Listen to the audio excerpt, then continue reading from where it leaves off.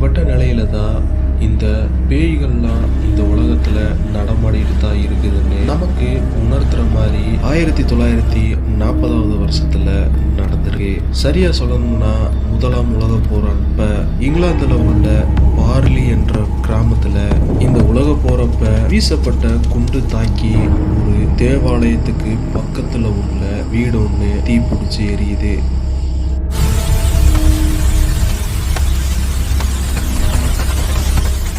இந்த தீ விபத்து தான் இந்த ஊர்ல உள்ள மக்களை ரொம்பவே கஷ்டப்படுத்திட்டு வந்திருக்கு. என்னோட சேர்ந்து நீங்களும் தயாராகிக்கங்க. தீ விபத்துனால எப்படி ஒரு பேய் வெளியே வந்திருக்கும், இதனால அந்த ஊர் மக்களுக்கு நடந்தது என்ன, வாங்க பார்க்கலாம். டி ஜூன் வழியாக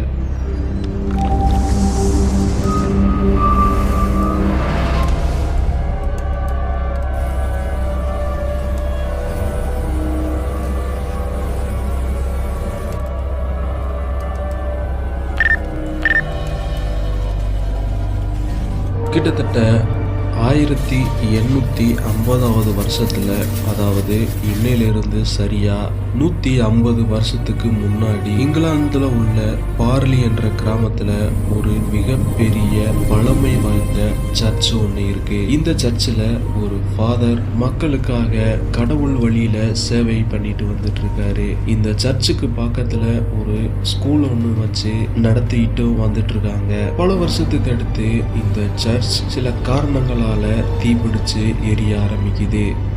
இந்த சர்ச்சில் பணியாற்றிட்டு வந்த அந்த ஃபாதர் இது ஏதோ அவசகுணம் மாதிரி இருக்குன்னு அந்த ஊரை விட்டே சொல்லாம கொள்ளாம ஓடி போயிடுறாரு.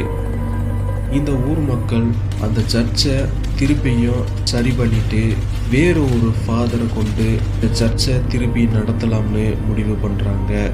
இந்த சர்ச்சுக்கு பக்கத்துல பாழடைஞ்ச வீட்டை சரி பண்ணி அந்த வீட்டுக்கு அந்த ஃபாதரும் அவருடைய குடும்பத்தாரையும் வந்து வைக்கிறாங்க. அந்த ஃபாதர் அவரோட 8 குழந்தைகளும் மனைவியும் சேர்ந்து ஃபேமிலியோட அந்த வீட்டில் வந்து தங்குறாங்க. அவருக்கு தெரியாது தீ விபத்தும் ஒரு அசம்பாவித்தினால ஏற்படலைன்னு, அது ஆள்னால தான் ஏற்பட்டிருக்குன்னு. சில நாள் நல்லாவே போயிட்டு இருக்கு. அந்த திடீரென ஒரு நாள் நைட்டு 10 மணிக்கு மேலே ஃபேமிலியோட தூங்க போகிறாரு. தூங்க போகிறப்ப கீழே அண்டர் கிரவுண்டில் உள்ள டோரை யாரோ தட்டுற மாதிரியான சத்தம் இவருக்கு கேட்டிருக்கு. இந்த நேரத்தில் யார் வந்திருப்பாங்கன்னு ஃபேமிலியை தூங்க அனுப்பிட்டு இவர் மட்டும் தனியாக கீழே இறங்கி வந்து டோரை ஓப்பன் பண்ணுறாரு. ஓப்பன் பண்ணி பார்த்தா ஒரு நான், அதாவது ஸ்கூலில் வேலை பார்க்குற ஒரு சிஸ்டர், என்னை காப்பாற்றுங்க, இந்த ஊர் மக்கள் என்னைய கொல்றதுக்கு துரத்திட்டு வர்றாங்கன்னு அந்த ஃபாதர்கிட்ட தெரிவிக்கிறாங்க.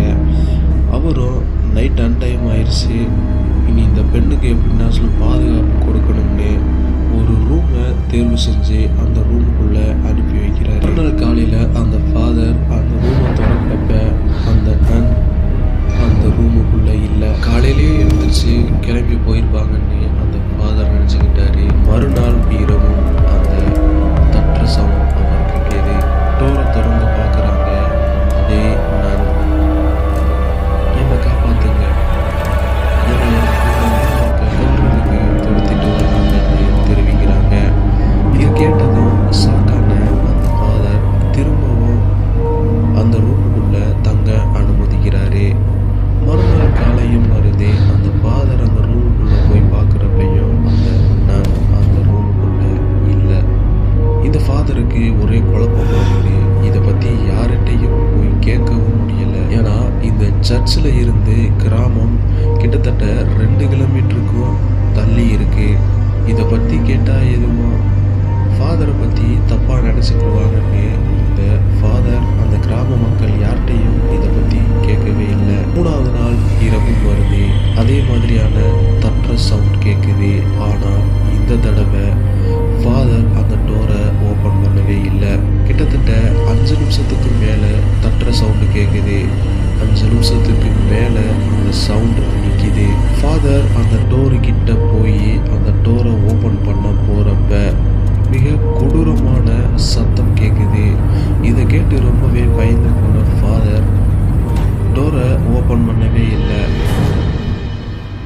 மறுநாள் காலையிலேயும் தன்னுடைய ஃபேமிலி எல்லா பற்றியும் கூட்டிகிட்டு அந்த ஊரில் இருந்து கிளம்பி போயிடுறாரு.